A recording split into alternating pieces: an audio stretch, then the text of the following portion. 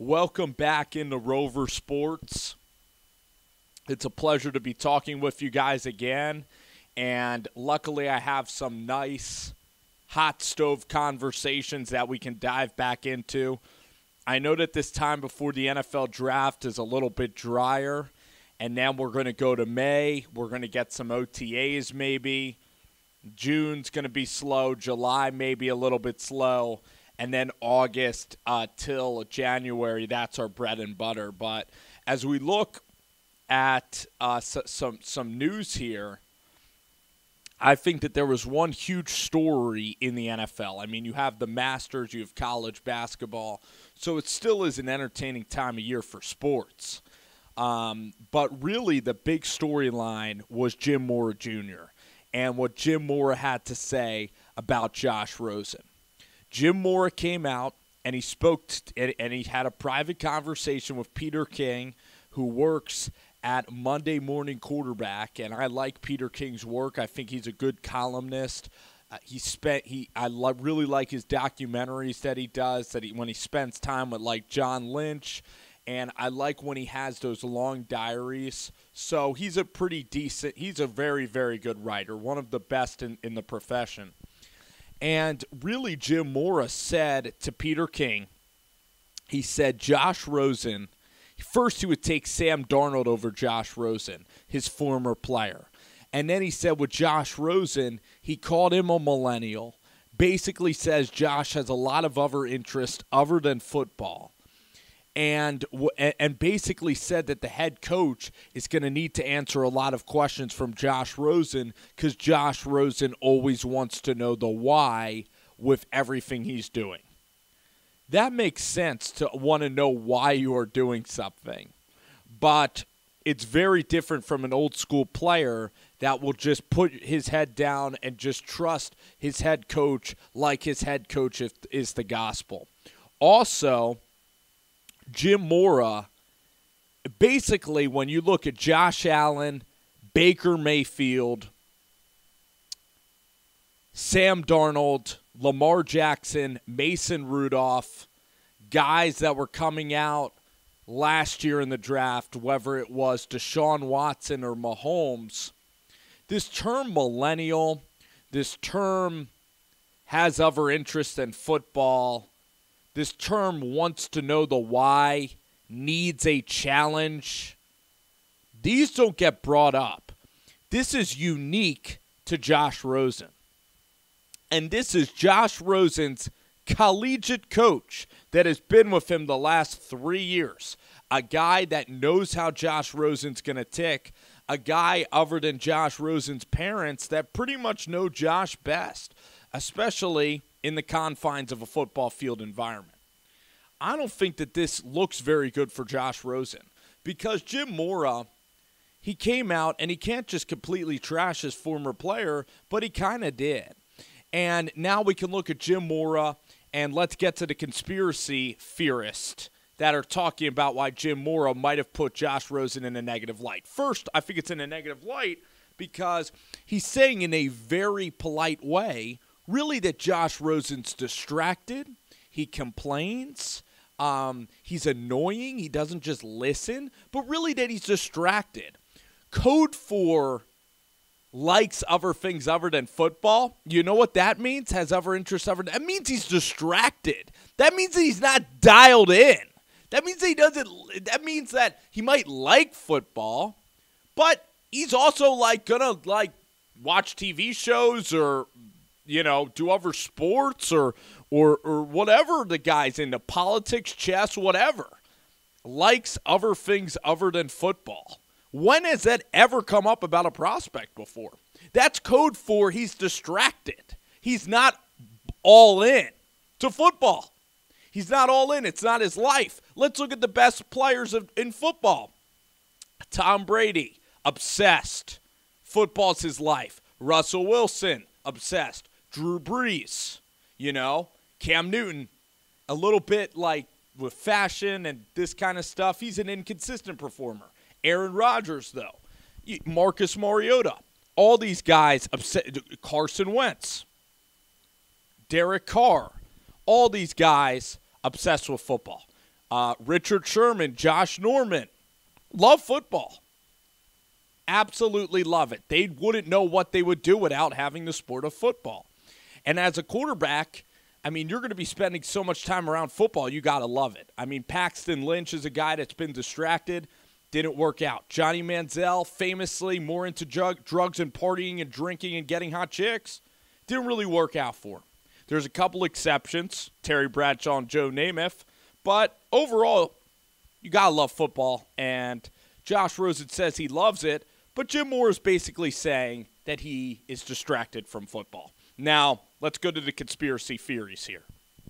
Jim Mora might have been saying this, and this is a popular one, because him and Josh Rosen are in cahoots together, and he does not want to go to the Cleveland Browns. And look at Hugh Jackson. If you guys, with Hugh Jackson, basically, he loves to run like, I think he's a pretty firm, almost dictatorship. The way he handled Deshaun Kaiser, even questions about, I don't like to bring this up on the show that often, but even questions about, like, you know, what his team should do for national anthem situations, he said, like, they should all do one thing, which is stand. That's what he basically said, which means that he's like a guy that wants to run everything, okay? And Hugh Jackson, we look at Todd Haley, very strong personality. Do you really think Todd Haley's going to like if a guy's saying, why are you doing this? You know, with this play, why? Why are you thinking that? Hey, why am I getting benched today for Hogan? Why is Cleveland, Ohio like this? What is there to do in Cleveland, Ohio? Is there going to be bars? Is there going to be hot chicks in Cleveland, Ohio? Am I going to get to talk politics in Ohio like I do at UCLA? Am I going to be around sophistication, complete sophistication, like with the coast? That's what Josh Rosen thinks. And I think there's plenty of sophisticated people in Cleveland, but it's a blue-collar city. And Josh Rosen doesn't strike me as that type of guy. Point is that Todd Haley, he's kind of a hard-ass coach. And he's like, I've coached Ben Roethlisberger. I think he was with New England. He had a head coaching gig in Kansas City himself, which didn't do that well, but thought Matt Castle would be the answer to all of his magical questions. So look at Todd Haley and Hugh Jackson. I don't think that this is a good match. So that might be a theory that essentially Jim Mora is trying to say to the Browns, this guy, please do not take him. And Josh Rosen's nudging Jim Mora and saying, awesome, thank you. Browns take Sam Darnold. I've never really seen a college coach ever come out and say about a player that they should take another guy over him. I can't really remember a time when that's really been said. I mean, Brian Kelly trashed Deshaun Kaiser last year. I mean, that happens, but you never heard Brian Kelly say, hey, you got to take Deshaun Watson over Deshaun Kaiser. Like, listen to how Dabo talked about Deshaun Watson. It's a complete 180 from what Jim Mora is talking about here. So that's why when people say, oh, Josh Rosen, attitude problem, why do people bring that up? Why do people even talk about it?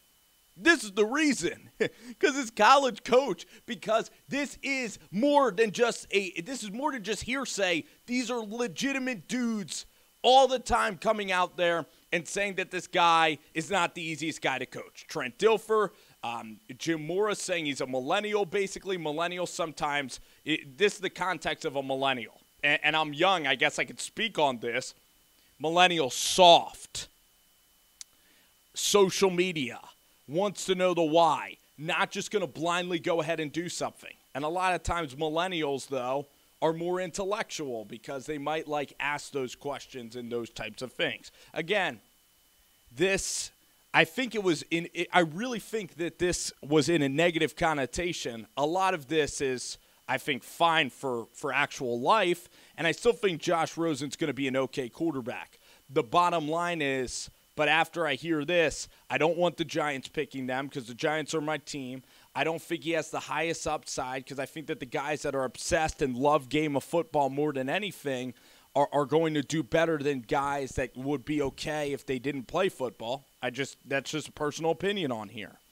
Here's the second thing really about Josh Rosen is maybe Jim Mora is saying that Josh Rosen was distracted, and even though the mainstream media thought I underachieved with such a special talent, that really Josh was really hard to coach and the team didn't gel well together under his leadership at a quarterback, and that's why I only went 8-4 and was very mediocre in Westwood at UCLA. So maybe he's saving face for his mediocre coaching job, which he's pretty much been a mediocre coach for a long time. He's a good guy, decent, I think, at defense in the NFL, but again, Jim Mora's son, and that's going to go a long way, in this kind of business. So looking at Josh Rosen, I think Josh Rosen is very good for the Jets because Josh Rosen might seem to me like the way that we kind of see Josh Rosen.